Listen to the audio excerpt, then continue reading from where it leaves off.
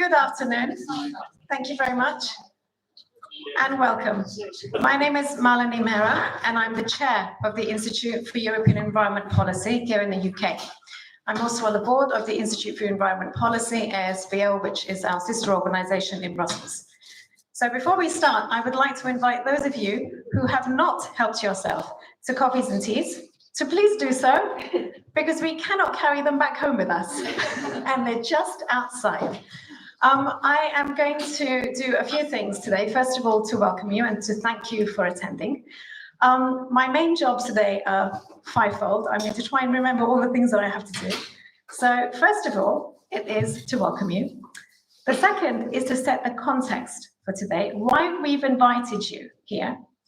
The third is to provide an overview, because I don't think everyone here has a copy of the agenda for today. So what we're going to do with you for the next 90 minutes. And there are a few housekeeping things that I've got to not forget. And my most important task is to introduce our new executive director before we hand over to the keynote address by Nigel Haig, OBE. But let me start with the important housekeeping. And the first is that with regard to fire safety, please note that the exits are in the corridor on your left-hand side. In terms of the restrooms, you weren't expecting this, were you? It is required, I was reminded. I have to do the housekeeping note first of all. The restrooms are to the right-hand side as you exit here, and please follow the signs. The third and important thing is that today's event is being recorded and we are live streaming. So hello to our audience online. Now, if you do not wish to be photographed, because of course we also have a roving photographer, and you don't want to be in the recording, then please go to the cheap seats in the back. Unfortunately, there are not that many left because you are very modest and most of you are actually sitting in the back. So please do come to the front. So welcome. It is a very, very opportune time to be holding this event.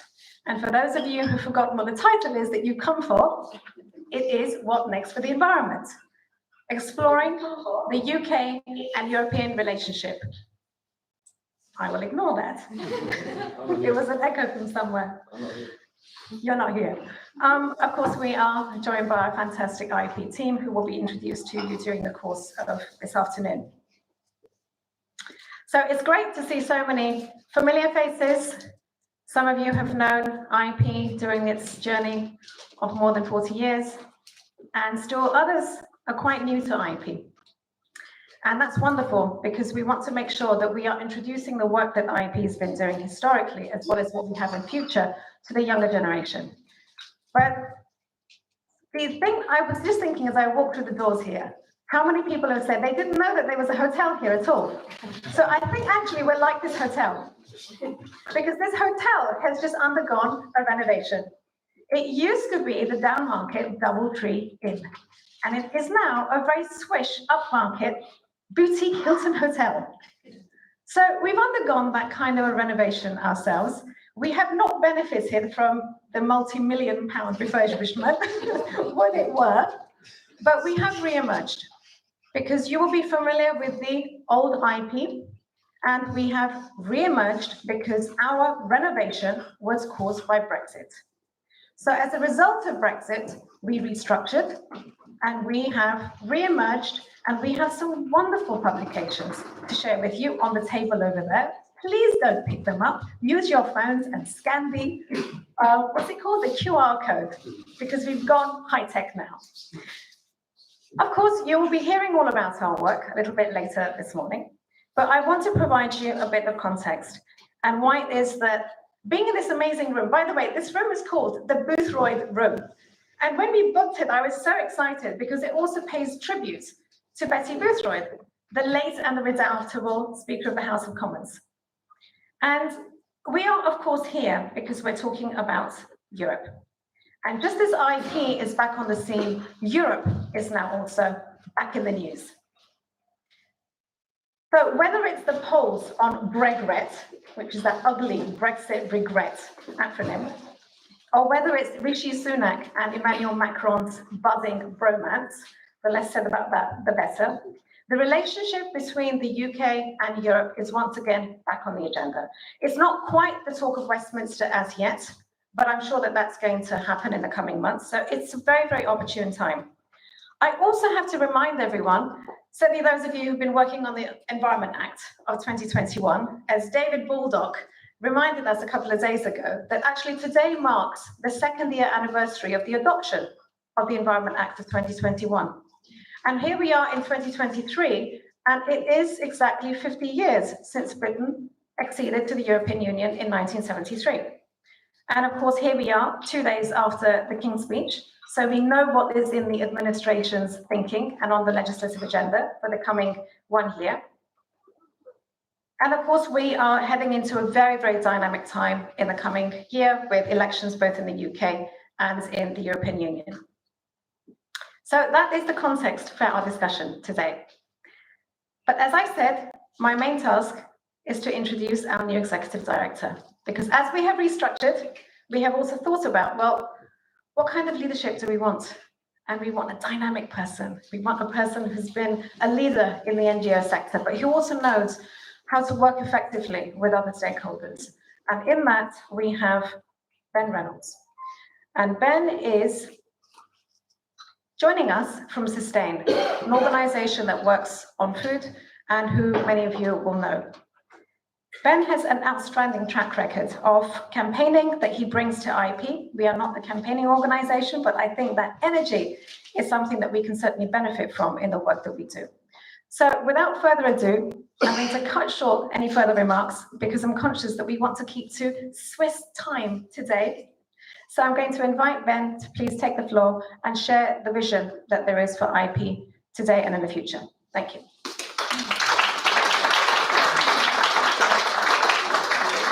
Thank you, Marlene. Dynamic. I feel like I should be doing the song and dance. But yeah, just thank you and to all the IEP staff and trustees for a really warm welcome.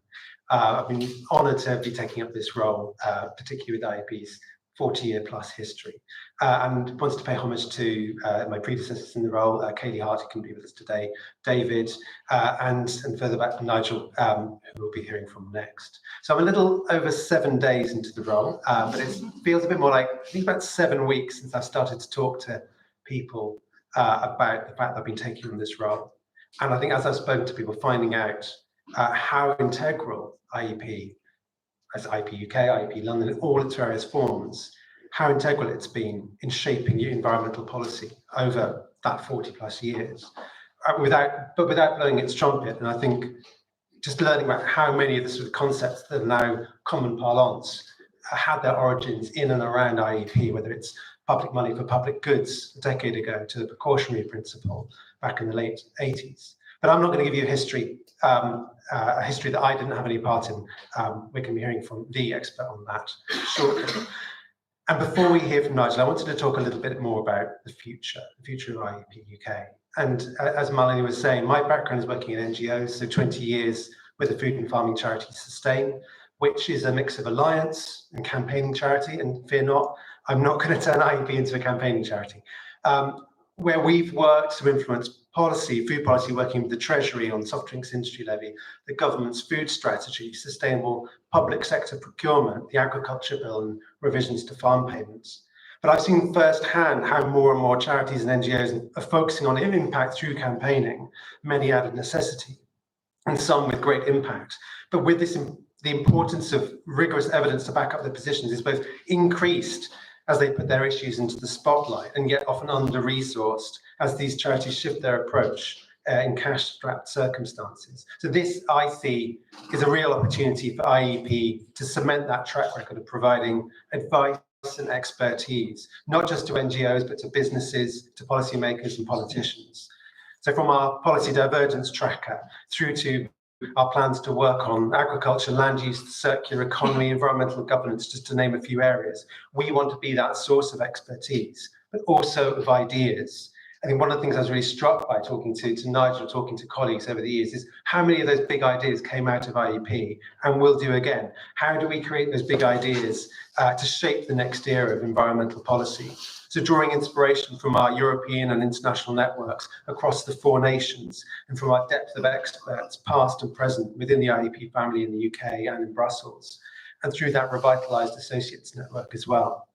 And so through that combination for IEP UK to inform the policy that can provide a level playing field to support businesses to lead, the policy to help people by making the right choices, the easy choices, and the policies and governance frameworks to provide the rigour to keep government, international, national and local government, and successive governments on track to avoid flip-flopping, U-turning, backtrapping, politicising and frustrating. And that IEP UK can provide that leadership, not just advice on how to measure, monitor or enforce and in an effective evidence-based way rather than taking positions driven by ideologies. So this, I believe, is where IEP has a role in these next 5 years and beyond. And this is a vision that's, I'd say, much better articulated in the strategy document, which is available over there, and one that really builds on and refreshes the approach that IEP has established over the past 40 years. And that leads me on to our next speaker, who Marlene is going to introduce. Thank you very much.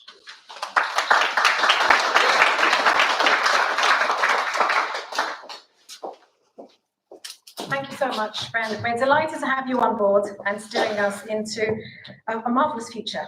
As Ben has mentioned, all of this is laid out in our strategy paper, which also is available over there. So please do have a look at that. It charts the way forwards. However, I now have the pleasure of introducing our keynote speaker, who will provide us with something of a history lesson, but also a guide to what history tells us about the importance of maintaining a strong, purposeful and effective relationship between the UK and the European continent. And actually, if you look at, I'm sure you won't, but just to tell you, if you look at our founding charter for IEP, we are committed to improving public education and understanding on the environment in the continent of Europe. So while Brexit may have happened, IEP has not disassociated ourselves from Europe. And there is no better person really in this room to share that story and that journey than Nigel Haig. Nigel has been a mentor to many in this room. He's been a guide to many policymakers. And he is, I think, very important to introduce his work and his efforts over the course of the last 50 years to a younger generation, to a new audience. And that's why we thought it would be a very good idea to have an autumn reception in which we invite Nigel to share his wisdom with us. Because Nigel is no longer a spin chicken. I don't think you'd mind me saying that. But Nigel does have an extraordinary memory, sharp as a pin, and he has been on the ringside of the emergence of European environment policy, not just as an observer, but as somebody who has informed and who has shaped that policy. And so we thought it's really, really important to hear from Nigel and his experience. So this is not just our best hits over the last 40 years to share with you, but it is the experience of a lifetime of work on Europe and the environment and what that says to us in terms of signposting a successful future. Nigel, I would like to call on you, please. The floor is yours. Thank you.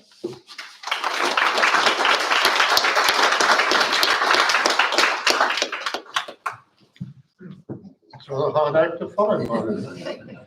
Now, to start our discussion this afternoon, I will pose a question that our present government would much rather we didn't think about.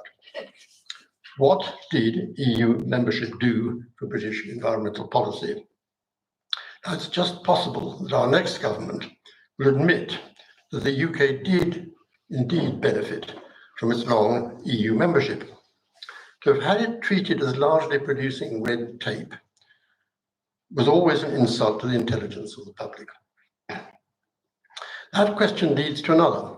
How well equipped is the UK to go it alone today on environmental policy? Now, in trying to answer these questions, I will talk about how IEP helped get EU environmental policy better understood in the UK and how we managed to influence key institutions to produce better policy despite our tiny size.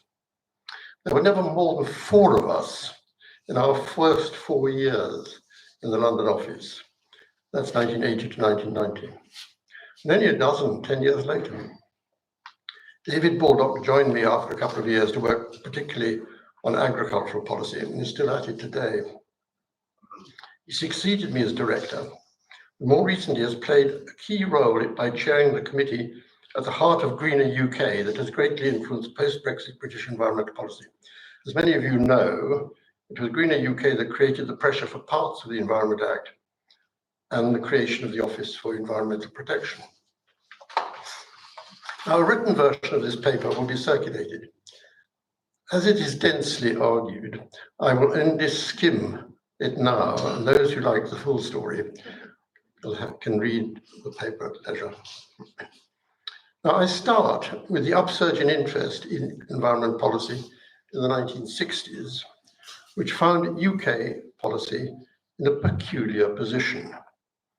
Policy was hardly a central government function, but was largely devolved to local and other authorities. Three events changed all that. In 1970, the Department of the Environment was formed, the first in the world. In 1972, the United Nations held the Great Stockholm Conference on the Human Environment. And in 1973, the EU embarked on an environmental policy. Sweden had hosted this conference in Stockholm to draw attention to the acidification of its lakes, which it blamed on sulfur dioxide blown from abroad. The UK found itself framed as an unregenerate polluter. Now, in preparation for the Stockholm Conference, the DOE had commissioned reports to gather public opinion. And the pollution one had a section called The British Way, each case on its merits. This it contrasted with some other countries where a public authority lays down maximum emission limits, which are applied rigidly and equally to all discharges. The seeds of a future conflict with the EU were sown. Now, one idea then prevalent in the UK was to dilute and disperse pollution. This was justified by the economic principle of comparative advantage. Britain, it was said, was a wind-swept island with short, fast rivers washed by a turbulent and tidal sea. What that idea failed to convey is set out in one of Stockholm's principles. Well, there are limits to the capacity of the environment to clean itself. The British policy of tall stacks for its power stations greatly reduced ground level concentrations of sulfur dioxide by diluting emissions. But the Scandinavians politely pointed out this merely shifted the problem to them. So the new DOE was faced with three tasks. It had to draw together all the strands that made up environmental policy. It had to engage internationally, and it had to deal with the EU. The DOE soon produced ideas of its own. The Water Act 1973 was one of its first products, transferred the tasks previously carried out by over 1,600 separate local authorities, water undertakings, and river authorities to 10 river basin-based water authorities. It was a huge reorganization. River basin management was adopted by the EU, but only years later. DOE's next major product was the Control of Pollution Act 1974, original in many ways, but particularly in introducing a completely new regime for handling waste. Waste management was then primitive in all European countries, so the British idea of requiring waste regulatory authorities to prepare waste disposal plans was seized on by the European Commission and became the main feature of the EU's first waste directive of 1975. This was the earliest obvious UK influence on the EU. Note 2 points. EU policy is not just made in Brussels, and any one member state can export its policy to all the others via the EU. The EU thus benefits from economies of scale. Its policies can be based on the best ideas, and each member state does not have to reinvent the wheel. While Britain was an early influence on the EU, there were to be plenty of examples the other way around. Now, in 1974, a conflict erupted when the Commission proposed a directive to control discharges of dangerous substances to water. This doctrinal dispute reinforced the reputation that the UK had earned of being the dirty man of Europe. This was not just because it exported sulfur dioxide, but because it discharged radioactive waste to the sea rather more than France and dumped sewage sludge at sea. This conflict was not just a minor technical disagreement that occurs over most directives, but was seen as a threat to the long-held British way that was strongly defended by a coalition of industry, government, parliament, and press. I explained this in my paper because IEP was to propose a solution. The essential point is that the UK refused to accept that strict technology-based controls should be applied to the more dangerous substances, preferring quality standards in the receiving waters. A compromise had to be agreed that allowed a choice of the two approaches. 8 member states supported the preferred approach, and only the UK favoured the alternative. The UK defended its position as based on pollution and economic theory, but others could see that it was driven by economic self-interest. My full text tells you how IEP came to propose the simultaneous use of both approaches. The House of Lords took this up, and the UK then changed its position at the North Sea Conference in 1987. The next year, a ministerial seminar convened by Germany adopted the IEP line. IEP's chairman was invited to the seminar. The UK had learned from the EU that quality standards alone do not adequately control discharges of persistent chemicals. The other member states were later to accept that quality standards were also desirable for dangerous substances. So that while the conflict was painful, eventually everybody learned from each other the ideal outcome. Now for EU influences, I list 10 directives in my full text, which tell how they change things in the UK, but I will skip over them here. What the EU did was to introduce into the UK numerical targets and procedures to be met by deadlines. This was in sharp contrast with the British legislation, which placed powers and duties on an authority and gave it plenty of discretion. Numbers are rare in British legislation, or were. They are now a major feature of the UK Environment Act 2021, which foresees measurable targets by deadlines. That's an EU import. In the second half of the 1980s, EU policy moved from being a marginal subject to a centre stage in the EU machinery. It now had to be taken seriously by all parts of the Commission and all national ministers. And a book of mine develops the theme, and I here give only 2 reasons. First, the UK and the EU quickly accepted the world-view changing concept of sustainable development, given currency by the Brundtland Report of 1987. Second, the emergence of 3 serious international issues: acid rain, the ozone layer, and climate change. Suddenly, the EU found itself a significant actor on the world stage, and able to achieve results which no member state could achieve on its own. This, I believe, is the EU's greatest achievement in environmental policy. It's not just the size of its single market that makes the EU a major player on the international stage, but the efficiency of its rule-making machinery. Or a producer of red tape, as some would have it. And I'll turn to IEP. When establishing IEP in Bonn in 1976, its first director, Konrad von Moltke, took 3 decisions. It was necessary to define its task, to identify a European-wide target audience, and to establish a presence in at least some other countries, if the institute was not to be seen as just a German institute. The chosen task was to inform and guide policymakers, and I think we've lived up to that. An office was opened in Paris in 78, and in 1980, Konrad asked me to open one in London.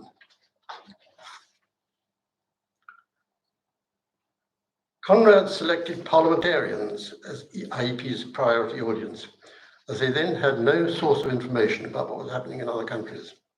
Accordingly, he developed links with the European Parliament, in all the relevant parliamentary committees in all the 9 member states and got them to send him their agendas. This provided material for IEP's bi-monthly bulletin, The Environment in Europe, which was widely distributed to parliamentarians and national officials. The European Parliament was to provide a constant pressure for a strong environmental policy, and the focus on parliamentarians was actually key in its early years. When opening an office in London, Conrad invited me to write an extended essay on the impact of the EU's environmental policy on the UK. The resulting book was the first attempt to analyse the impact of the EU policy in any member state. It established IEP's reputation for having a deep understanding of both EU and UK policy. In Britain, it began to shift the official view that EU policy was having little effect in the UK. In the European Commission, it showed that they needed to know how member states were implementing EU policy in practice, as well as just checking the national legislation. We continued the tracking of EU and EU legislation for 30 years to produce a loose leaf manual before putting it online. It reached many unexpected places. The Foreign Office even bought copies for all its environmental attaches in embassies in the EU member states. And when studying the history of British pollution, I realized that the so-called British way had been quite simply misstated.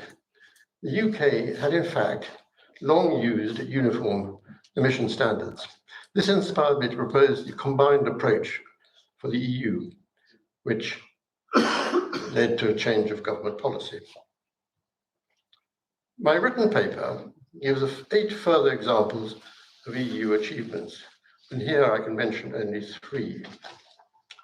In 1980, IEP produced the Salzburg Declaration at a conference on the environment and human rights. Richard McCrory was there. He will remember it.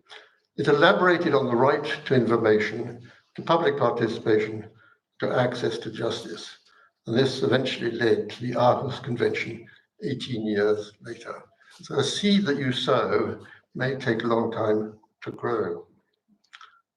IEP's report for the Royal Commission describing how the Vorsorge principle, the precautionary principle, was applied in Germany, allayed the Royal Commission's fears and enabled them to conclude that it was not in conflict with their own ideas. This made it possible for the government to announce acceptance of the principle.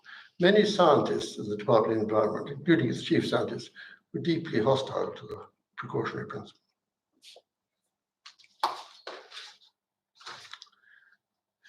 Another example is that IEP set out in detail for the first time how the principle of public money for public goods should be applied in agricultural policy, specifically the Common Agricultural Policy in 2010.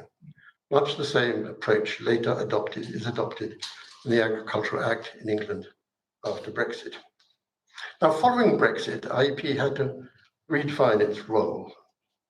Paradoxically, Brexit has ensured that EU environmental policy is now more talked about in Britain than when it was a member.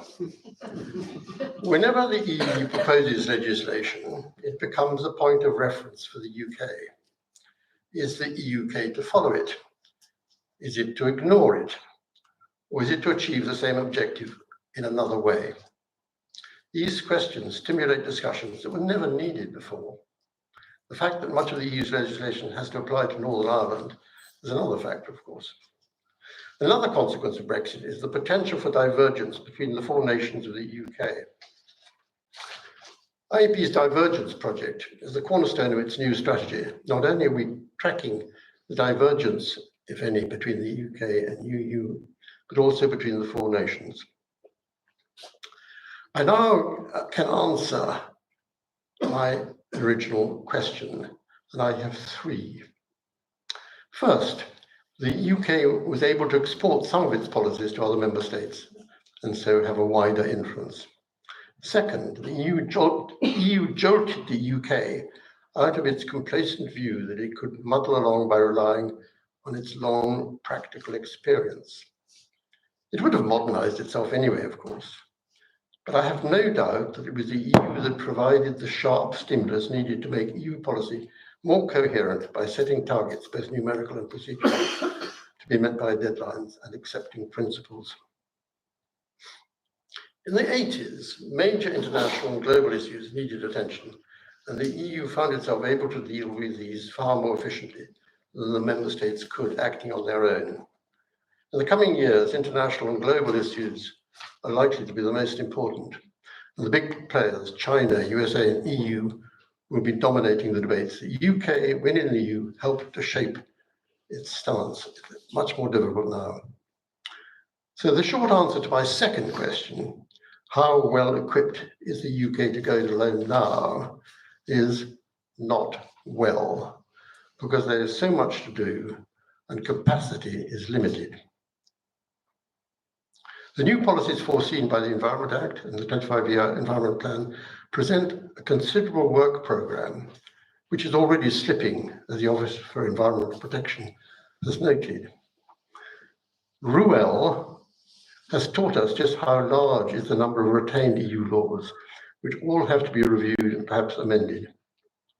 Then there is the new EU legislation adopted since Brexit and the considerable volume foreseen. All this has to be considered. Finally, there are all the international conventions where both the UK and EU have to adopt positions without the UK being part of EU discussions, so separate arrangements will have to be made. The burden is therefore considerable. So I throw out some thoughts for the future. Since UK industrialists will follow EU standards anyway in order to export to the EU, the UK could reduce its legislative workload by agreeing in principle to follow all EU environmental product standards, while retaining the right to diverge only if there are justifiable reasons. The UK would benefit from the economies of scale that the EU provides. For non-product environmental standards that can distort competition, such as river quality standards, these should not be allowed to fall below EU standards and should rise if they rise in the EU. Finally, in its own self-interest and as a way of demonstrating its commitment to being engaged in the environmental policies of the continent of which is geographically and environmentally a part, it should seek to join or associate itself with 3 organizations: the European Environment Agency in Copenhagen, the European Chemical Agency in Helsinki, and the European IPPC Bureau in Seville that proposes standards for industrial plant. IEEP UK, under Ben Reynolds, will continue to play its role of catalysing debate and providing reliable information and analysis on policy as the UK-EU environmental relations.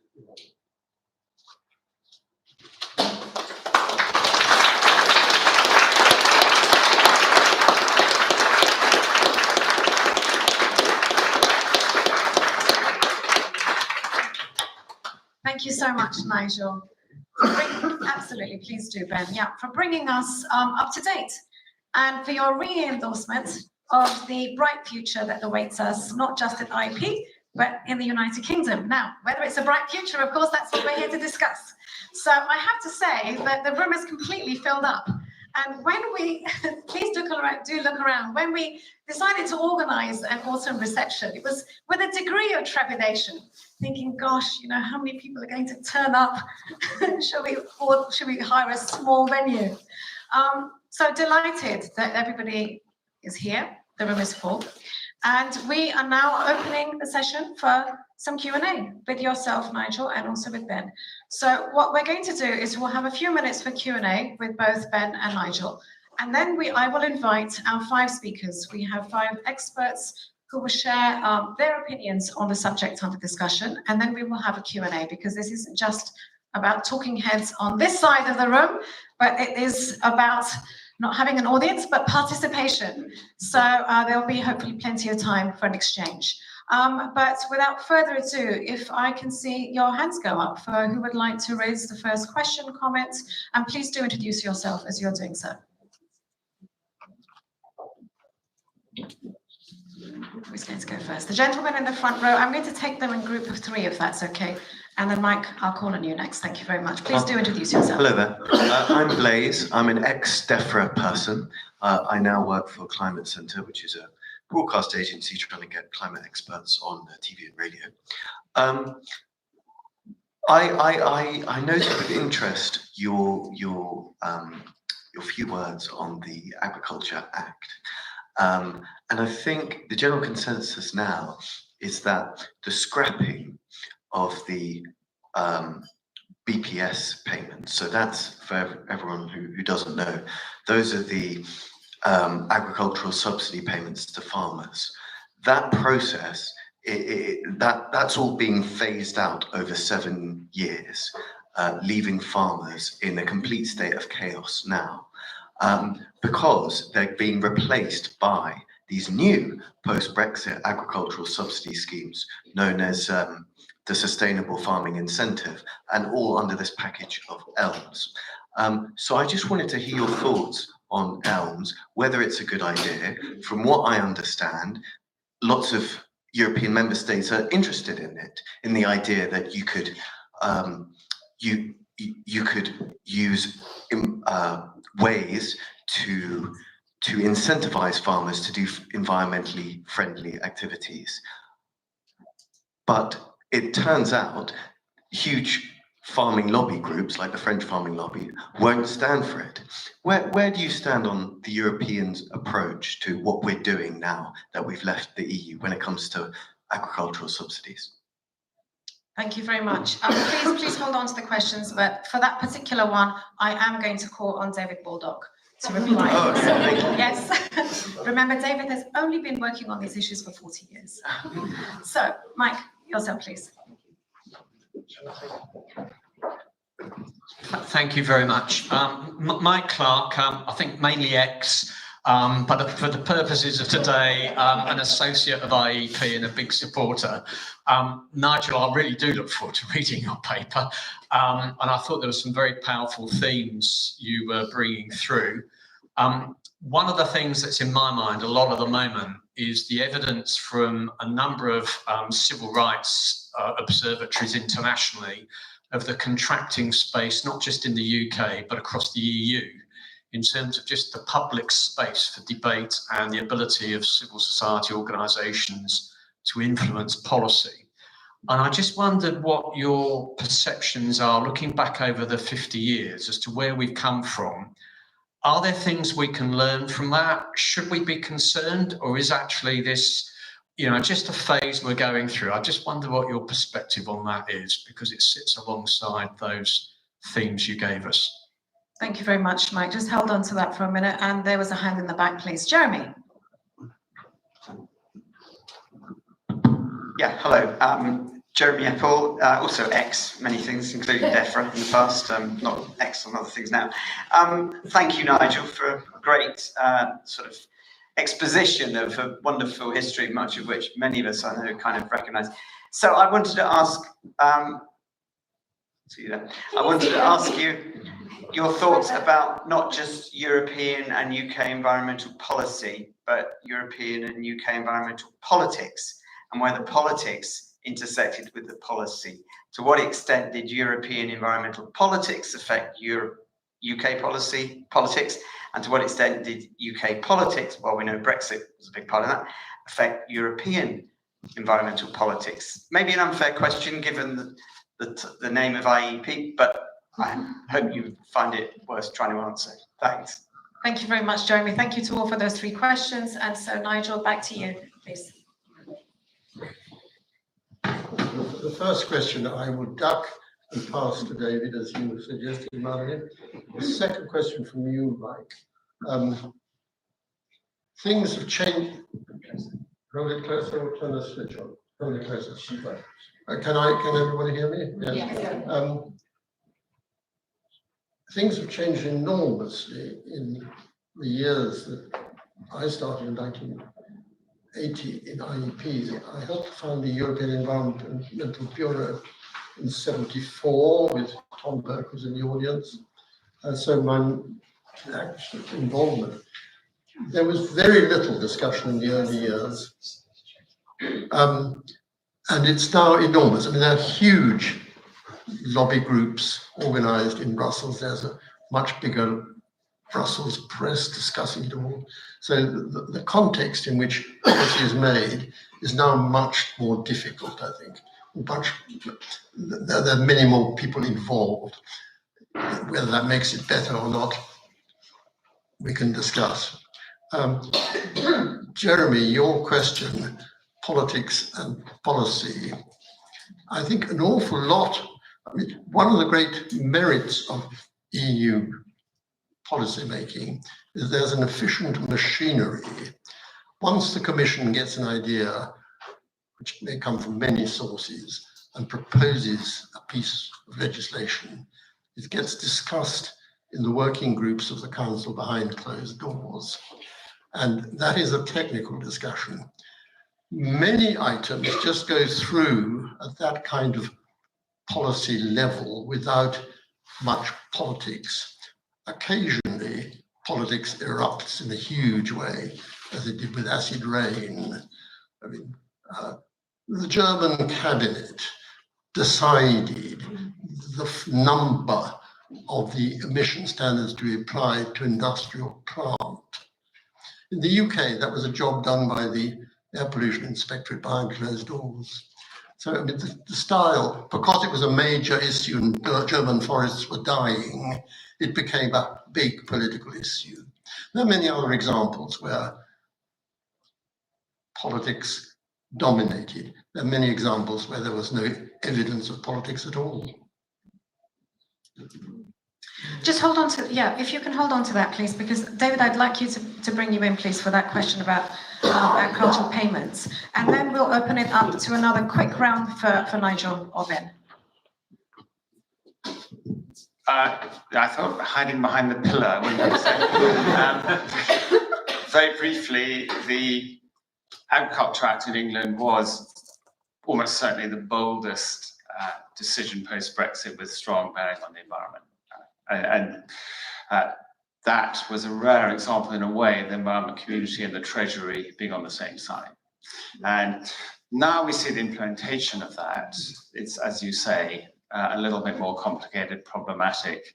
You have to give the UK, though, a lot of credit for doing a tremendous amount of work inside DEFRA on all the parameters and a lot of engagement.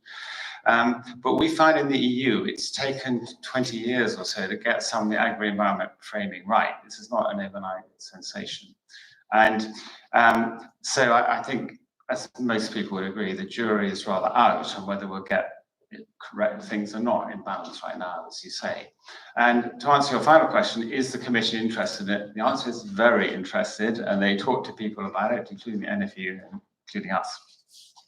Thank you. Might I add to that? Indeed, as well? yeah, Thank you, Blaise, for that question. I think what's really important to hold on to there is that fundamental principle of public money for public goods, and that DEFRA have actually, I think, really led with that. Yes, the detail might not be perfect, but I think we need to stick with it, particularly when you look at this, the different approaches across the 4 nations. I think there is real leadership there, but I think perhaps there is a lack of patience, understanding for many farmers, but I would not say that the farm voice is universal on this. There are many groups like Nature Friendly Farmers Network who I think, whilst also probably frustrated at times, are much more supportive of the principles and sticking with it.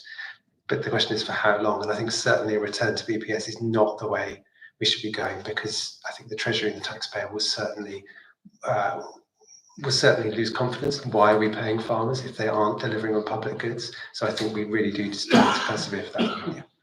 Yeah. Thank you very much. There's a lot more to say on that, but rest it to be said that actually agriculture, farming, payments, etc., all of these issues are part of a key tranche of our work going forward. And we can have a whole session just on that. So please, hands up afterwards for those who are interested in participating in that. I'd like to take another very quick fire round, please, of questions or comments for Nigel. Martin, in the front, please. Thanks. Martin Baxter. I'm from IEEPA, the professional body for people working in sustainability. My question is, do you see an impact on European environmental policy from the US Inflation Reduction Act? And if so, what might the consequences be for environmental policy in the UK? I don't think I'm going to answer that because I don't know the answer. That is something which others people may talk about. Yes, it's a very good question, a very important question. I'm not the person to answer it. And on that lovely note, please could you turn your mobiles on mute? Okay, and there's a question over there, please. Thank you so much. Thank you. Kara Box from Friends of the Earth. I was wondering, Nigel, you talked a little about how during our membership of the European Union, the UK benefited from being able to learn from best practice in other countries. I think we've seen since Brexit almost the opposite desire for the UK to actively refrain from doing things the EU is doing or vice versa. So where we're looking to persuade the EU and the UK to take action, for example, on carbon border adjustments or on due diligence, how do we get them both moving in the same direction at the same time without putting anyone off? If I can just, that will be the last question for this round. Thank you. I think that is the subject of this seminar. I will listen to what the panelists would say. But let me just say, the UK government, which got Brexit done, in quotes, really did not want to talk about the EU. And therefore, anything that had the word environment in it, Europe in it, had difficulty. I mean, IEP suffered from that. We are a European institute. We don't want to talk about Europe, so we don't want to talk to you. That has got to change. And we hope that the next government will change that. Let us hope. Just to add to that as well, I think there is a growing appetite amongst politicians, perhaps of certain colours, to be re-engaged in Europe. I think, as Nigel was saying, I think post the next election, renegotiating, reviewing the TCA, I think will be fundamental, because any government coming in isn't coming in on a let's get Brexit done vote. So whatever colour, I would like to think that they will be, okay, well, let's look at the economics of this, because it doesn't make sense currently. So I think any new government will be looking to review that. And I think with that comes a number of the points that Nigel was making earlier around more conformity of those standards. Excellent. So that leads us very happily on to the next session. So if I can invite both of you to take your seats in the front row and invite, the next panel to please take your seats. As they're doing so, and I will introduce each of you, please take your seats now.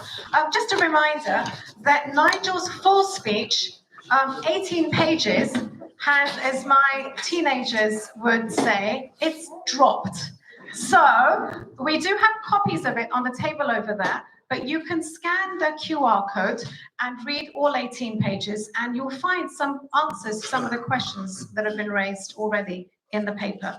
I should also remind you that we have a copy of the publication that is that's been mentioned a couple of times. So EU environmental policy, its journey to centre stage. This was Nigel's, one of your mini magnum opus from 2016. It's a wonderful account of the development of European environment policy and the role of the UK inter alia, other things. That's available for sale. Is it at the table over there or in the front room? Yes, at the table over there. So thank you so much, Nigel. Thank you to Ben. The questions that have been raised by the audience actually are questions which are also being posed to the speakers here behind me, to my left and to my right. We set them some homework, haven't we? Yeah. And so we have 5 speakers. We have spoken a lot about the United Kingdom. We've got some views from Brits. Hands up, I'm not a Brit, I'm an Indian, but an Indo-European perspective on things. But I'd like to turn first of all to Princess Marie Esmeralda of Belgium as a European citizen. So if you can set the stage from your perspective as somebody who has been writing about these issues for many years as a journalist, as an activist, as somebody who lives part of the time in London, the UK, but is very familiar with debates as they're taking place across Europe. So your perspective on the first question, which is about, so 6 years since Brexit, what have the impacts been on the issues, the themes, that concern you, that you care about, that you have seen? Good, bad, ugly. Does it work? Yeah. Thank you, Malini. First, I have to say that London is my home because I have been living here for 25 years. But of course, I'm Belgian and I go to Brussels very often. So if I have to think about it, I think the first thing that comes to my mind is confusion and lack of clarity since Brexit about the environment and about biodiversity and climate, which are the issues I'm most interested in. The fact that we're not linked to all the environmental law of the EU. Are we going to keep them? Are we going to relax them? There was like thousands that that the UK was going to reject, then it was reduced to some hundreds. So lack of clarity. But I want to take two examples of recent very good European decision. One on the products linked to deforestation, which was a major thing for which NGOs and citizens have fought for a long time, and it doesn't exist in the UK. And when UK talks about deforestation, they talk about illegal deforestation, which is a big difference with deforestation in European. And also, they don't talk much about the human rights. And I work a lot with indigenous people in the Amazon. And of course, deforestation is very much linked to human rights abuse. And the other example I want to take is, of course, the pesticides, where the UK has lifted a ban on some of the pesticides. So that's the negative impacts, some of the negative impacts I see. That's a great way of getting us started with those negatives. But thank you very much also for the brevity, because we will have a couple of rounds on this and then we'll open it up for discussion. I'd next like to call on my colleague from IEP, Michael Nicholson. And Michael heads up our work in the UK, the head of the UK Environment Programme. And in response to some of the questions that have been posed, Michael, if you can say something more about the work that we have been doing on divergence and some of the findings that have come out through our work. Over to you. Thank you, Melanie. That is working, isn't it? I'm going to start by being a little bit controversial, perhaps to the 48% in the room that voted to remain. I never quite thought that the world would end with the UK deciding to leave the EU. I never thought that the waves would somehow crash over the cliffs of Dover and we would all be regretting our decisions. But I always thought that somehow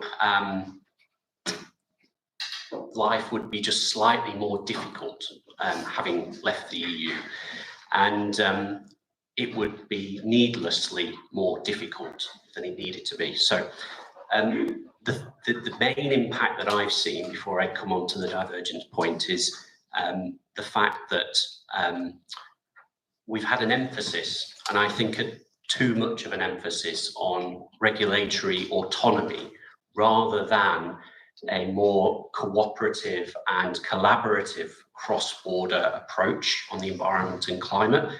And this has led to the UK being poorer as a result, quite honestly. I think we have had, we've lost out as a result. There is a need, I think, for the UK and the EU to be much more closely aligned. And Princess Esmeralda has talked about deforestation and commodity-driven deforestation. And no doubt Shane might come on and talk about energy and ETS and CBAM, and Katie Jo might talk about marine protection legislation, which are all really good examples. But there are other examples that we've covered in our divergence project, for example, around chemicals, whereby we have established a new chemicals framework, and we've left the European Chemicals Agency, and we have set up a new unit in the Health and Safety Executive, at significant cost to British taxpayers that has produced modest results, let's say, has restricted far fewer chemicals than our European counterparts has done in the same time period. But it's across the board. There are other areas too around waste and resources and critical raw materials that we should be working much more closely together with our European partners. So I think, in short, I think for me, the big issue is about the fact that we've had too much regulatory autonomy and not enough pragmatism and cooperation with our close neighbours. Thanks very much, Michael. That's very clear. And just a reminder that much of that work is reflected in publications over there on that table, the work in particular on divergence and what you've mentioned about chemicals in particular. I'd now like to turn, please, to Rachel, if I can, Rachel Solomon-Williams. So, Rachel, you are new in post, also the new Executive Director at the Aldersgate Group. It'd be wonderful to hear your perspective from business and industry in particular. Thank you, Marley. It's wonderful to be in this room. I started my career in DEFRA as well. I wonder how many people in this room can say the same, probably nearly everybody. And the first thing I ever worked on was what Nigel mentioned, the Aarhus Convention on access to justice, public participation, access to environmental information. So it's kind of very nostalgic moment to be thinking about where we've come since then, which was 21 years ago. I'm now Executive Director at the Aldersgate Group, as Marley said, for about the last 3 months. And for those who aren't familiar, we are a cross-sectoral alliance of businesses and other organisations, including NGOs and academics, lobbying the government essentially for progress on the environment and on climate change. And our members universally find coherence with EU policy helpful, and have cited to me multiple ways in which tiny divergences, which are done almost just for the sake of it, I think with Chatham House perhaps, make their lives incredibly complicated. So a very small divergence on a product requirement means that they have to run a separate line in the factory, they have to separate the trucks that are going from Northern Ireland or Southern Ireland and certainly over to Wales, which otherwise would just be sent out in bulk. And so the cost of doing business is inflated in lots and lots of small ways and quite big ways as well, for no particular reason, which I think we've kind of heard. So generally speaking, our business members favour harmonisation as much as possible. A lot of them have international operations, and this helps them very much. There are some positives that we've seen. I was reflecting on the positives because I also reflect they wouldn't have been necessary had Brexit not happened. So, for example, we've got a North Sea agreement which was declared, I think, in December on offshore wind, CCUS, which is really positive, where we've agreed to work closely with North Sea partners on how we're going to develop out those areas. Fantastic. I suspect that had we been in the EU, we would have just done that anyway, but it was good to see that we have been proactive in trying to take forward something that wouldn't have happened if we had not signed something new. Similar kind of approach around the Horizon programme, where we have now confirmed, I think it was just in September, that UK organisations will have access to the Horizon programme, which is fantastic. And it was exactly that sort of thing that the Aldersgate Group was arguing for a couple of years ago. So seeing some of those points we've been arguing for coming forward is really exciting. I think the last thing I'd say is there is obviously a general election coming up, and what we would love to see is a change in the kind of political landscape around the way we describe our relationship with Europe, because it has intentionally been painted in a difficult way over the last 5-6 years. And there's a chance for a new government to start from a fresh sheet of paper and say, we see only positives here in terms of collaboration. Let's make that the footing for our relationship with Europe, to support our citizens and also the businesses that work here, and make life better for everybody. Thank you very much. I do have to say that this is being recorded, so we are not under the Chatham House rule, but I do not think it's controversial to share the view that business seeks consistency, coherence, especially when it comes to standards. Thank you for the very practical examples that you have given. And At the risk of us coming across as a very partisan audience, I have to say that IEP is strictly non-partisan. And as we go into these elections, we are not presupposing the outcome of the elections. What we want to do, and this effectively is turning into, without the politicians, a mini hustings about Europe. And this is precisely what we wanted to try and engender. So think ahead to the next, it may be a year, it may be 6 months, 8 months, but think about the policies. We certainly have a number of recommendations that we want to put before politicians, and Nigel has referred to 3 of them, for example. But this is an opportunity for us together collectively to think about, well, what could be the top 5 or 10? So thank you for your views. I'd now like to come to my nearest neighbour. Hello, Katie Jo Luxton from RSPB.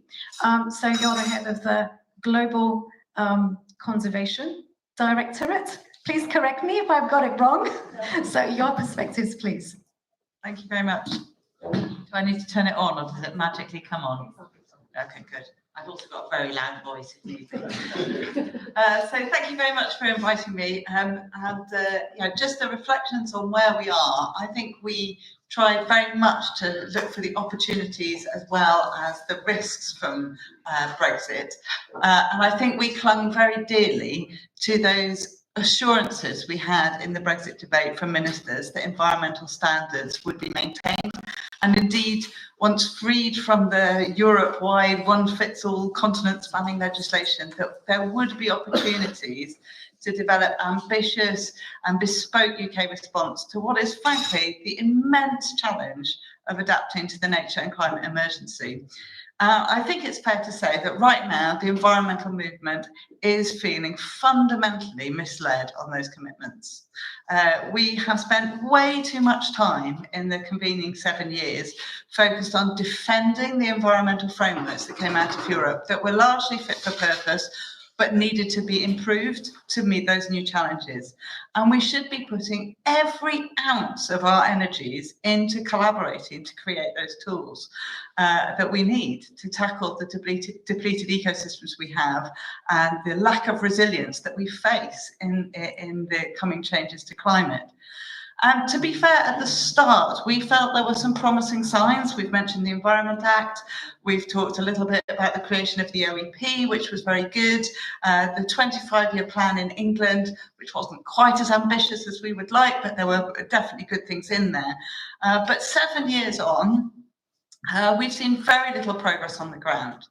Probably the biggest pragmatic difference has been the loss of the EU LIFE funding, which was a major source of delivering actual action on the ground. And we are no longer access to that, and no equivalent fund has been created. We launched only a few weeks ago the State of Nature 2023 for the UK, and we know that the UK remains one of the most nature depleted countries on earth, and that we have done nothing to stem that tide of loss.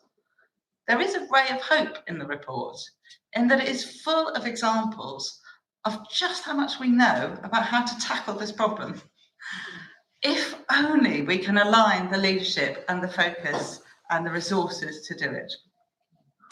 However, we have spent so much of our NGO resources, and indeed many from other sectors as well, on the constitutional, legal and practical effects that the retained EU law bill would have, taking potentially out swathes of our environmental protections and huge impacts, frankly, on the UK constitution, the rule of law and role of Parliament. And although I should say that DEFRA's role so far has been to keep the retained EU law, unless there's a good reason to remove it or retain it, reform it, so far we've been pretty worried by the recent decision not to save the EU interpretive effects, which includes crucial legal precedents in there. And we think this is going to result in huge amounts of legal uncertainty to come. And of course, there was that awful bit in the Act, which meant almost by definition, we cannot use these reviews to strengthen environmental legislation. And we've seen more powers coming through in other new pieces of primary legislation, which are changing vital protections, such as environmental assessments. So we are really very concerned right now about the status of our environmental protection in the UK. There's been really worrying divergence as well, and to give an example of that, and there are plenty, but the environmental principles that were in law before, which meant government had to take account of all of these principles as they took decisions, have been replaced with policy considerations, which have full of multiple caveats and exceptions. And with the devolved UK, we have seen that Wales and Northern Ireland have yet to even start doing that. So we have lost a key legal tool in environmental protection where you can embed environment into decision making, has been lost from the UK. And again, very recently, we've had the proposals to remove nutrient neutrality requirements, and that was a clear attempt to weaken environmental standards and present the environment as the barrier to economic growth. And frankly, this is the type of lazy politics that ignores all the evidence, and it's such a far cry from the debate about new thinking that we would need in the UK to get the bespoke solutions for that nature positive net zero economy that we felt, you know, would be a big stimulus to the economic growth in the UK. I'd just like to touch on one other area as well, because we've talked a bit about agriculture here. And for me, that was probably the biggest opportunity for the UK from Brexit, that we would be free from the common agricultural policy, able to reshape our farming subsidy support in ways that would support our farmers to transition to low carbon, nature friendly farming, and also support a better food economy for our people. And there have been some really positive moves in this direction. We've talked about public money for public goods. That's really embedded in the Agriculture Act for England, but also for Wales now, which is a really big step forward. And you know, these are really significant building blocks. So I put them out there as significant positives. But I would also say that the policy framework is lagging behind. There were some really good pieces in Health and Harmony, which set out that sustainable farming initiative and the 3 pillars of environmental land management. But it has been so slow in the development that farmers are losing hope in this. And we absolutely need all of those 3 tiers, which now sound very shaky indeed. There are rumours that we are going to see one merged tier emerging for environmental land management. And without that, I don't think we can see the carbon and nature targets met. We won't tackle the environmental water pollution. We won't tackle pesticide issues that we have as well. And I just wanted to say the phrase that Nigel used about sharp stimulus from the EU really resonated with me, because I think that's what we've missed on agricultural policy. At least when we were trying to submit rural development plans, there was a frenzied activity in all of our government departments that were responsible to get the deadlines done. They had to get it in or the money would not flow. And we've had dither, frankly, and delay on all of the agricultural policies, and it is very dangerous at the moment indeed. Thank you very much. I think we're all very depressed now. So not a cheery note, but I think that the message that's coming through loud and clear is that this has been a chronic, series of reversals that we've seen in the last 7 years, and that we're playing catch up, and that we're missing that sparring with the European Union that was so necessary to raise the game. One point I do want to make, because it's relevant to the work that we're doing at IEP, is that so far this has been very much a conversation focused on Whitehall. And of course we have 4 nations, and we focus on the other nations also, because that's precisely where the challenge is coming from, and where we're beginning to see the asymmetry in positive directions in some respects.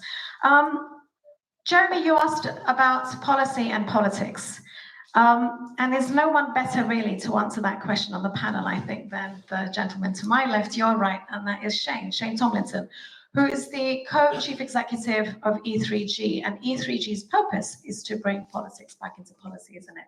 So your thoughts, Shane. Thanks very much, Melanie, and real pleasure to be here this afternoon. I have to confess, I started my career in the Cabinet Office rather than DEFRA, so I don't know what I did wrong there, but a slight divergence from other members. I guess my theme, which is not going to improve the mood in terms of optimism, I think it's probably under the heading of reality bites. So, as we went into Brexit, there was a lot of unreality. There was a lot of promises made that could not be kept. There was a lot of, this would all be a land of milk and honey and endless opportunism, and not actually facing the political realities that are out there. And I think what we've seen over the last few years is reality increasingly starting to bite. It hasn't bitten fully yet. I feel there's actually more to come, but I think that has fundamentally changed the nature of the debate around this. And why I think, and today is really great for this, we are at a point where I think we can start to talk about what a new relationship with Europe might be as we go into the election next year. And so I think shaping that politics is going to be absolutely fundamental. I think my role on the panel is also to talk about sort of climate and energy perspective and bring some of those issues into this alongside some of the more traditional environment areas. So I think when we reflect on reality biting, we did have, it's been very hard to discern sort of the Brexit impacts from the other big events that we've seen in the world over the last couple of years. So obviously the COVID pandemic, the Russia-Ukraine war, all of these things have had a fundamental impact on the UK and its relationship with Europe and with other countries as well as we've gone forward. But I think the Brexit signal is now more strongly emerging as we process through those individual elements as they come together. And there was also a sense of unreality in that immediately after Brexit happened, the UK had the presidency of COP26 and the G7 presidency simultaneously. And so the UK remained the diplomatic centre of climate and international environment negotiations, rather than actually reflecting its rather new status as a middle power. We've obviously now joined the coalition of nations under the umbrella group with Switzerland and the United States. I still think we should have joined the alliance of small island states. I think that's possibly a better place for us as we go forward. And so as this reality bites, and I think that the question that was asked earlier, we are starting to see major impacts. I think the biggest part of reality biting was the US Inflation Reduction Act and what that's meant for trade and competitiveness and where the UK stands as we go forward. There has been ongoing negotiations between Europe and the US around environmental issues, climate issues for a number of years, but the Inflation Reduction Act really has brought that into focus. Yes, all countries will be better off by decarbonising, but some countries are going to win more, those that gain the industries the competitive advantage in order to do that. And things like rules of origin really matter, and trade and your size and your relationship really matters to that. And the UK is quite frankly the kid outside the sweet shop with its face pushed up against the glass when we were previously on the inside. And this still comes over to the end. There's a cliff edge at the moment on rules of origin around electric vehicle batteries built into our negotiations with the TCA. The UK hopes we will extend that in 2024. We will see if not, but there are numbers flying around like that will cost us up to £4 billion if that's not there. So these really matter. I think what's also been part of reality biting is that EU policy still massively influences UK policy. And so I think the best example of that is carbon pricing and the carbon border adjustment mechanism, where yes, in the UK debate, we sell this as an innovative, creative policy, which we've come up with on our own. The actual reality is we're having one because Europe's having one, and we hope to negotiate an exemption from the EU CBAM by having our own CBAM that looks very much the same.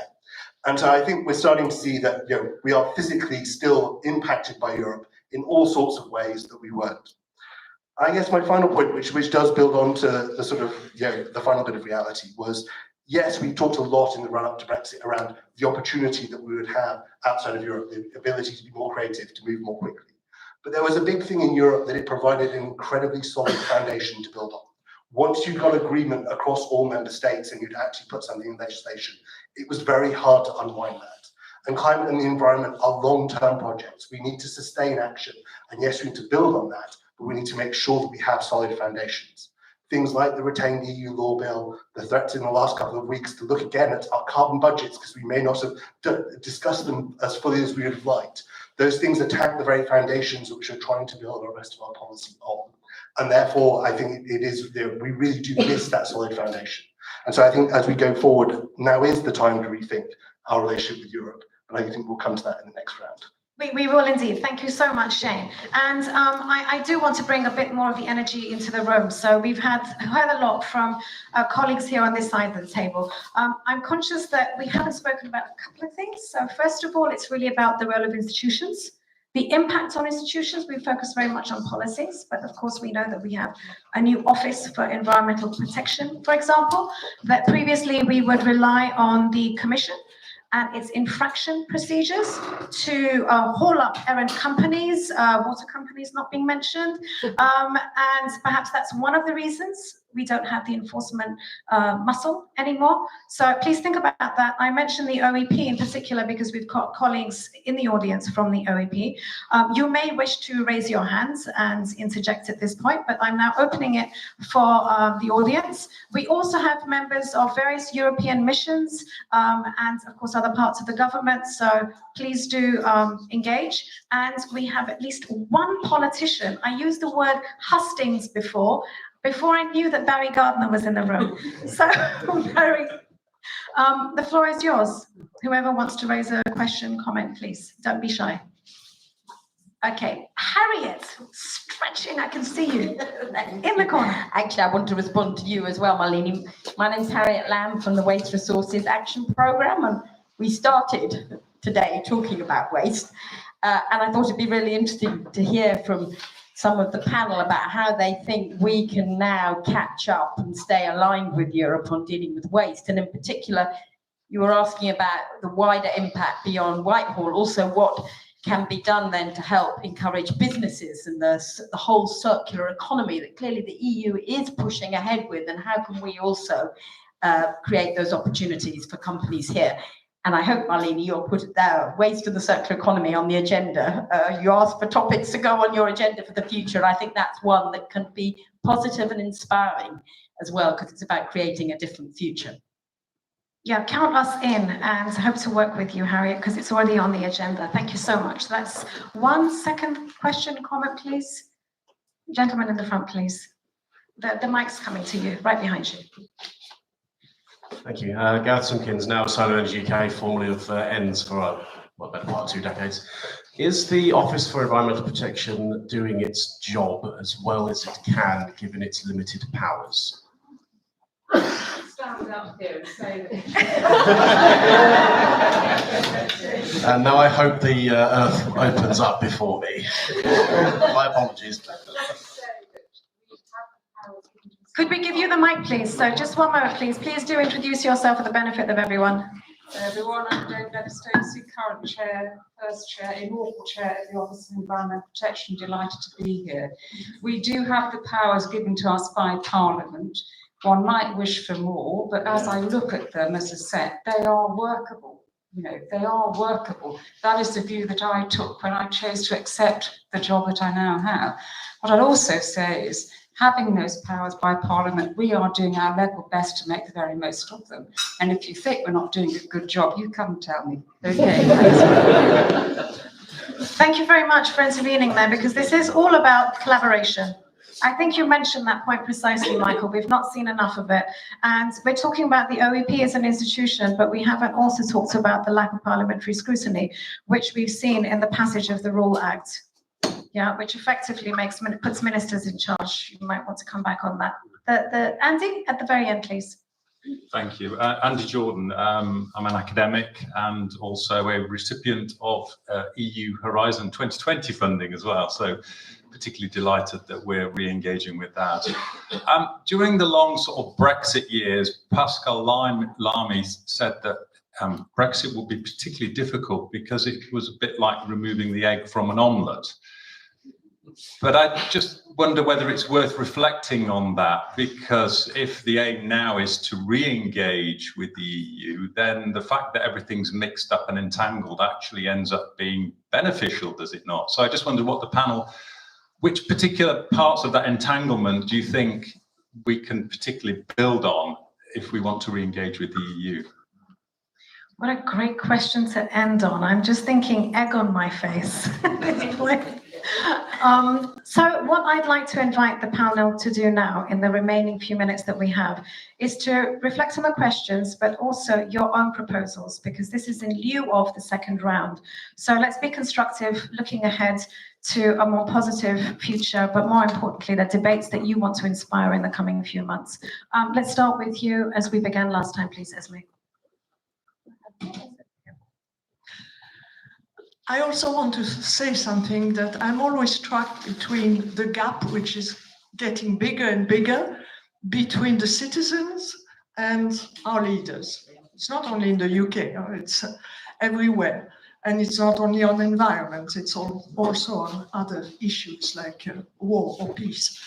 But this is getting so big that I think we have to do something about that. Somebody also mentioned before that the space for citizen and for protest is getting narrower and narrower.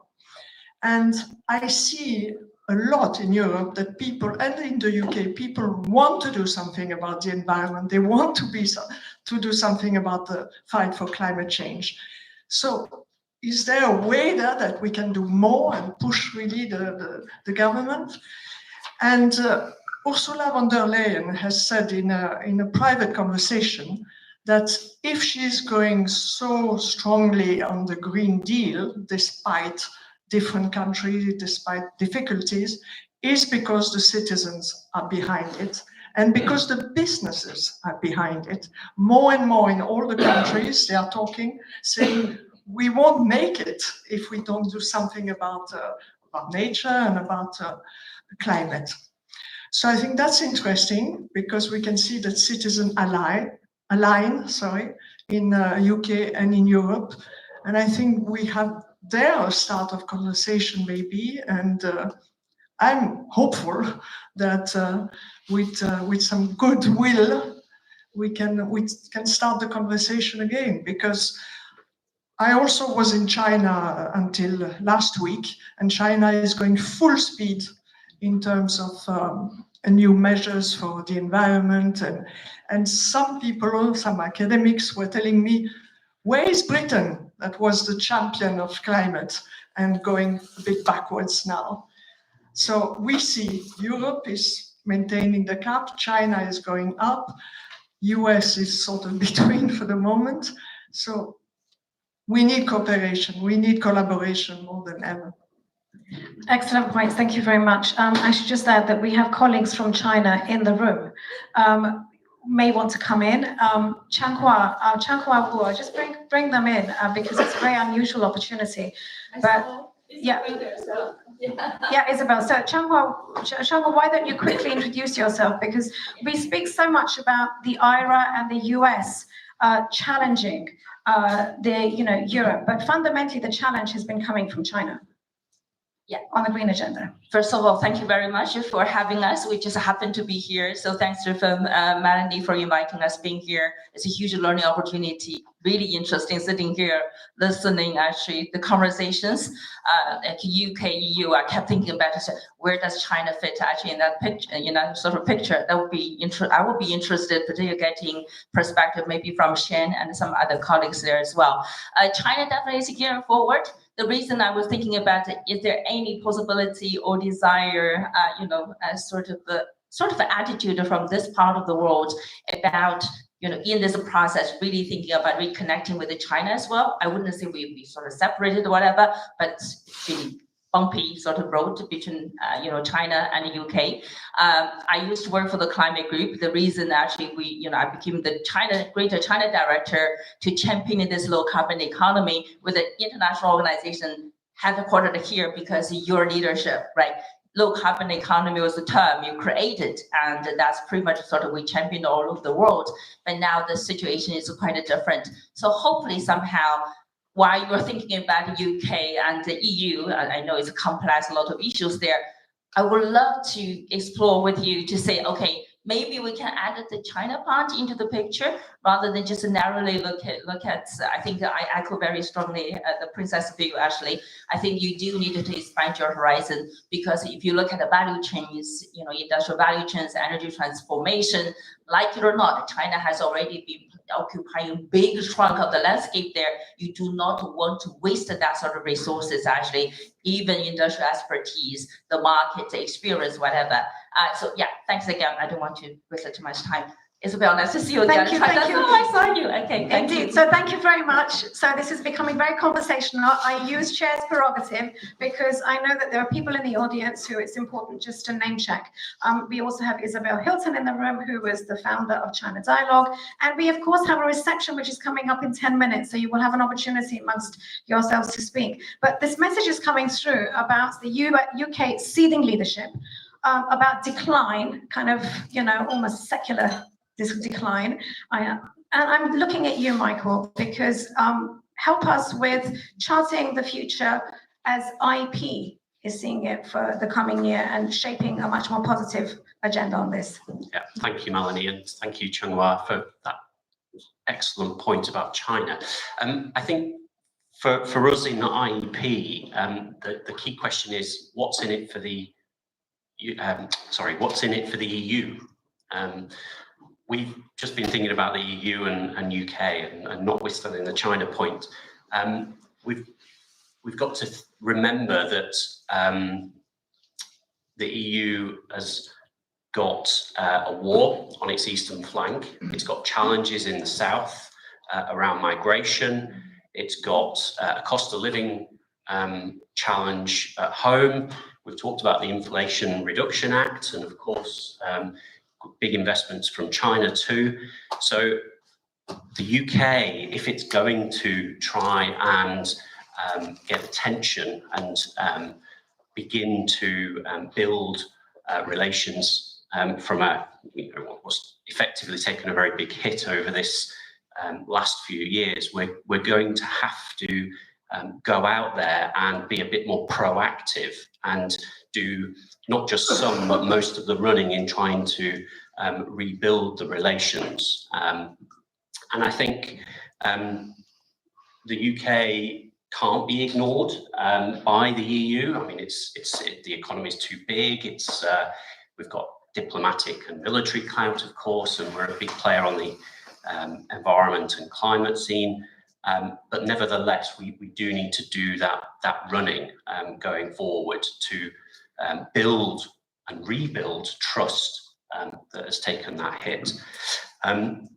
You challenged us to come up with a few ideas, and Nigel came up with one, which is my first one on the list. We haven't colluded, or perhaps we have. We need to seriously reconsider participation in EU and European-wide agencies, technical and scientific agencies. These are not political agencies. So the European Environment Agency, for example, the European IPPC Bureau, and also the European Chemicals Agency. It's not only just to reduce duplication and reduce costs for businesses and the taxpayer, but these will also help to improve environmental outcomes, but then also give a sign to our European partners that we're serious about rebuilding trust and cooperation. I think the second point that I would like to say is about reducing unhelpful levels of divergence, unhelpful policy and regulatory divergence, and we've talked about quite a few of these examples. And then the final thing, and again, Shane and others might come in on this, is the North Sea. We've got a big collective resource on our collective doorstep. There's going to be issues around marine protection and energy that we need to be working together on. We need to be building forums or more structured forums for discussion and working together going forward. So they're my 3 points. Fantastic, thank you very much. And on that note, I'm going to turn to you, please, for your recommendations going forward. Thanks, Melanie. I think I want to pick up on the IRA point, which we could talk about for hours separately. The UK is in a state of industrial decline, and there's an opportunity to reshape it. There's sort of almost not a blank sheet of paper, but an enormous opportunity to shape a transition for whichever government comes in next year, and think about how to do that in a way that looks after the environment and also respects that relationship that we have with Europe. Thinking about where our commonalities are, where the joint opportunities are. It doesn't have to be a kind of protectionist approach, because I know that when we think about IRA, we think, oh no, they are taking all the investment, it's depleting resources from the UK. Actually, it could be a collaboration opportunity as well. But what that requires is some real strategic thinking and some leadership to say, this is what we think the UK is going to be like in the next 25 years. Here are the key policies that we want to set out and the kind of end goals, and some confidence in not being afraid not to pick winners, but to shape the future in that way. And that's going to be a really big theme for the Aldersgate Group over the next year, I think, which is encouraging the political landscape to think about that future and to think about it in a way that really integrates the environmental needs as well as industrial needs. Thank you very much, Rachel. Coming to you, Katie Jo. So Michael mentioned some of the low-hanging fruit, the easy wins, yeah, when it comes to institutional re-engagement, building that trust. Where you said, where are the easy wins when it comes to nature? Well, I mean, the simple thing about nature is that it respects no borders. So we, by nature, need to collaborate and work together. Otherwise, we are, we're not going to achieve any of the outcomes we need. The climate change challenge is a global challenge. The loss of biodiversity is a global challenge. We have to collaborate on that. And today, I haven't followed what's happened, but it's actually a very important day in the European Parliament today, because we're hoping that the Green New Deal, big part of that, which is the nature restoration law, should have hopefully reached agreement and also brought together quantifiable, legally binding targets on ecosystem restoration. And what's really exciting, if this law is agreed on, is that it includes agricultural ecosystems, so it will drive some of that change that you were asking about in Europe. And crucially, it includes peatlands. And actually, the UK is leading in many regards on peatland restoration, but we need to do an awful lot more. A huge opportunity for us all is wetland work, and actually China has just hosted the World Coastal Forum and has led the way on nature restoration and nature-based solutions on coastal wetlands, which is really exciting.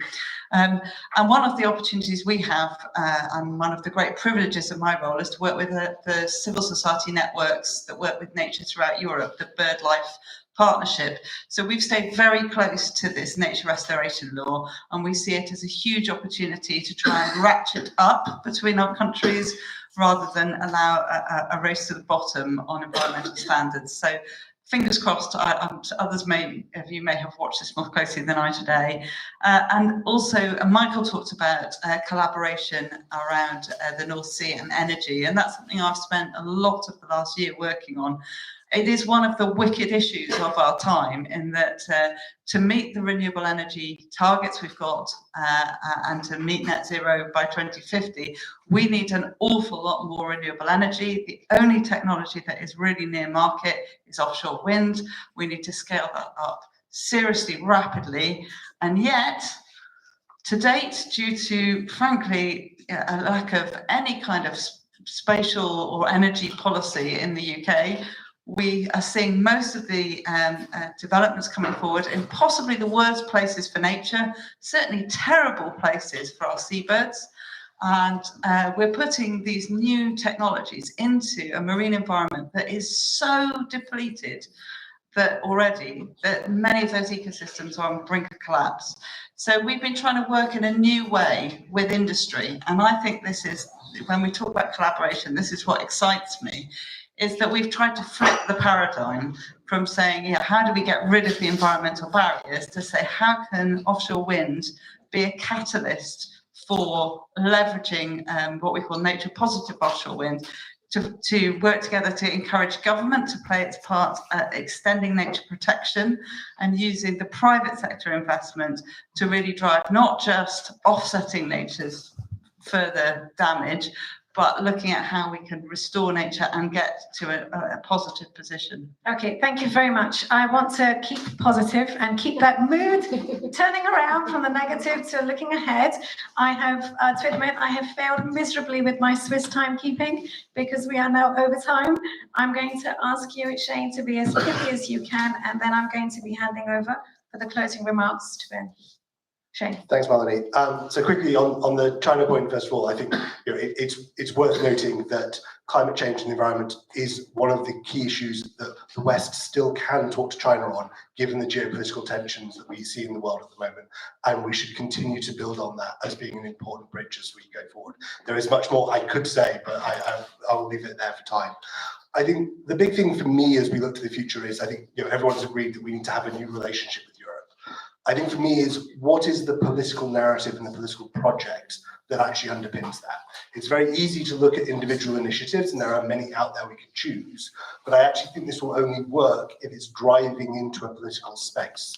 And I think also key to that is it's very easy to sort of understand what the UK has lost or maybe losing, and therefore what we'd like to correct.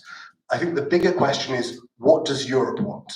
And I think one of the roles that IEEP and E3G and others in this room can do is bring the perspective of what's in it for Europe to have a different relationship to the UK into the debate in the UK over the next 12 months. Because that, for me, is the really fundamental question that will lead to the answer here.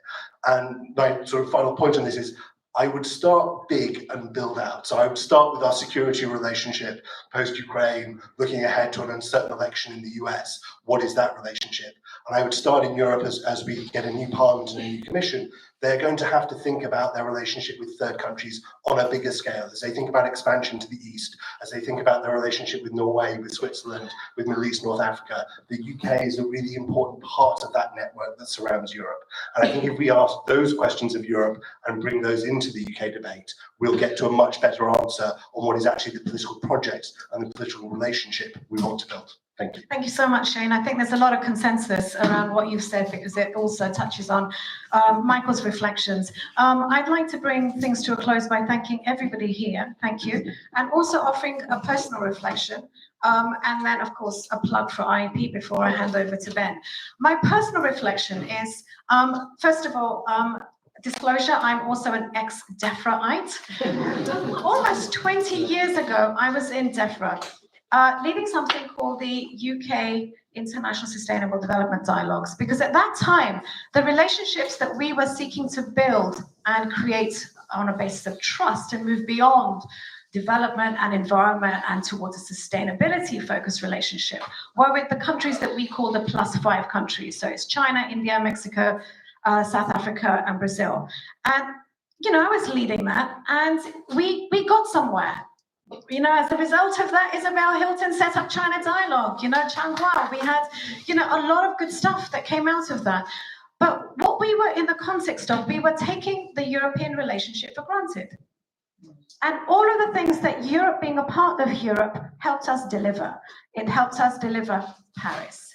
We had somebody like Pete Betts, tribute to Pete, who passed away a couple of weeks ago, who for so long was the head of environment and climate change policy, led for the European, us as part of the European delegation. All of that has been lost, and now we are, in a sense, turned the clock back so much, we are talking about restarting that relationship with Europe as a supplicant, and it makes me so sad. But this is what we are doing, and the plug about IEP is this.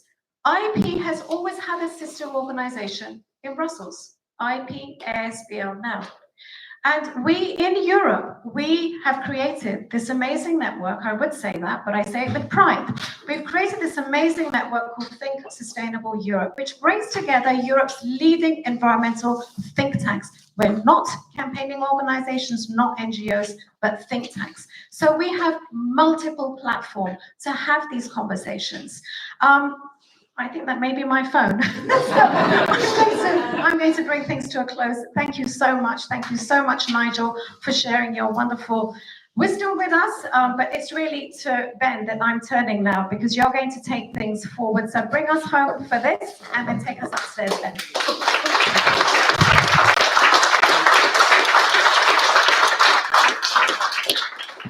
so I just wanted to underline, I suppose, a few takeaways that I took from that amazing discussion. I think firstly, to reflect back on what Nigel was saying, that Brexit has meant EU environmental policy is more talked about in the UK now than when it was a member. I think that's so true. And what some of the other speakers were saying, that we really need now is collaboration and not competition. We need efficiency over autonomy. We need to ratchet up that ambition rather than race to the bottom. And I suppose what I wanted to underline was what we're going to do to help push that forward. So while IEP is already active in the UK, we hope to build up this presence with a larger team across the 5 different strands across the UK, so in England, Scotland, Wales, Northern Ireland, and UK-wide, and with that relationship with Europe, not just the EU. And to increase the profile of expertise in the IEP family and to bring our research and data to life.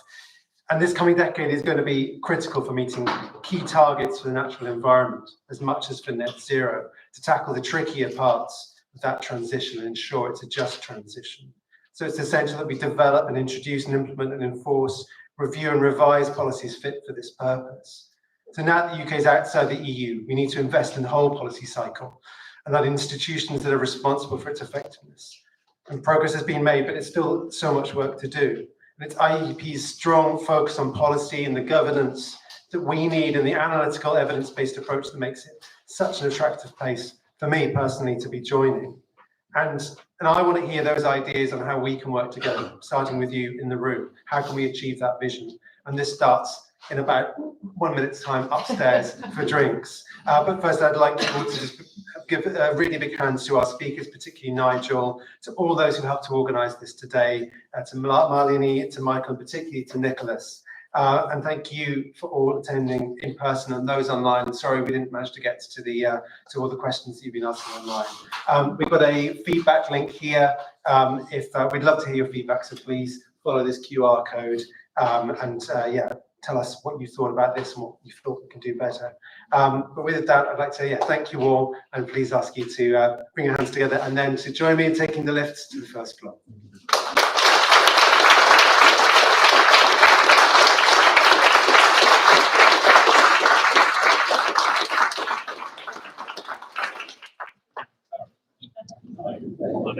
Just say something thank you so much.